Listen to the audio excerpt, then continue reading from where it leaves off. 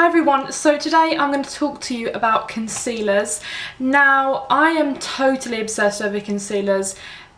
Concealers are probably one of the things that I buy more often than any other type of makeup, even foundation to be honest, and I'm always looking for a new concealer. Now, I'm just going to talk you through my little box here of things I think are worth mentioning. Okay, so this is my Muji drawer here.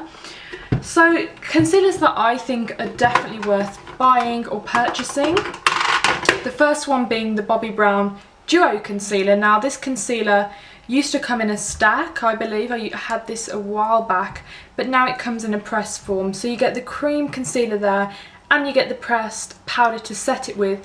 It comes in a huge variety of colours, shades, undertones. It has a really beautiful creamy consistency.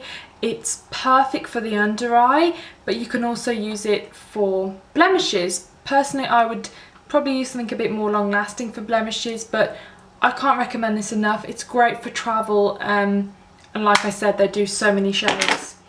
So the next one, this one is for lighter concealing. So this is not heavy duty concealing. This is concealing pimples, but not really bad ones. So this one is the MAC Select Cover Up. This one is not for the under eyes. This one is for blemishes. You could use it for the under eyes, but I prefer not to. This is NC20, comes in a nice squeezy tube, and I really like that one. Okay, next product. Now, if you really want to conceal blemishes and you want to do it so it lasts all day, it's waterproof, maybe you live in a hot country and you want to make sure that your makeup stays in place, the best hands down concealer for blemishes is the Makeup Forever Full Cover. Now this, I got this about 2 years ago. I think it's 2 years ago now, and I bought this on my first visit ever to Sephora. And this is not for the under eyes, okay? It's going to dry your under eyes out if you use it for your under eyes. It comes in loads of different shades. It lasts a very long time, as you can see. It's waterproof, it does not budge, and it gives great coverage. So I really recommend that for pimples. What else do I recommend? Okay, if you're into brightening, if you're into the whole brightening, contouring look, I really suggest the Maybelline Age Rewind concealer. It comes in fair, light, light medium, medium, and I think it comes in a dark one, but I'll have to double check on that one. It comes with a really gross like sponge applicator, but what you can do, oopsie daisy, what you can do is just pull it off, and then you can just twist it, put the product on the back of your hand and use a brush. So don't bother with the sponge, honestly, because it gets really dirty. I didn't take the sponge off my last one and it got really gross. And you just twist it up, the product comes out. I would say that the light colour is kind of very yellow, and I can use the light colour. It definitely brightens my under eye, but it also looks a bit yellow, so I would suggest getting the fair, even if you're my colour. But yeah, this gives beautiful brightening. You can apply it here, here, here. It really does last all day as well, so this is the best product for brightening.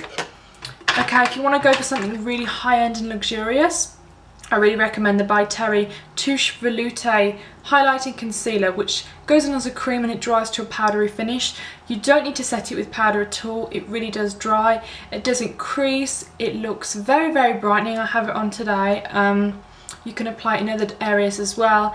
It comes in 3 colours, 1, 2 and 3. I have number 1, which is Porcelain, and it's just a brilliant highlighter, and the packaging is gorgeous obviously, so if you love luxury makeup, I recommend that one. Okay, and another one for blemishes, which is pretty obvious, is the MAC Studio Finish, which all makeup artists use. I have a couple of colours here. I have NW15 and NW20, sorry. These are really good, really thick concealers. Very similar to this, but, you know, in a different form.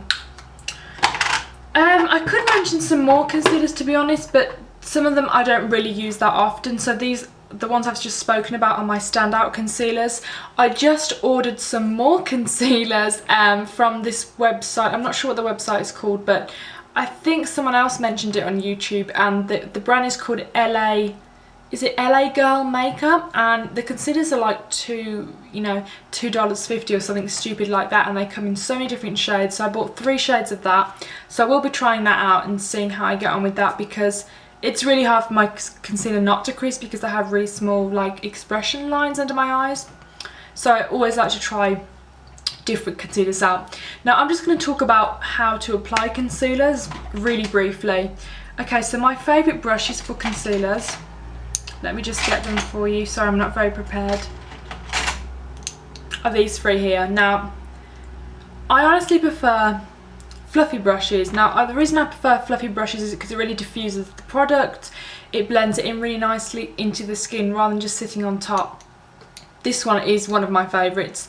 This does buff it, but it also applies it as well. This is the Sigma Precision Angled P84. And it's got a beautiful angle, so you can get in here. If you're getting darkness in here, you could get around your nose.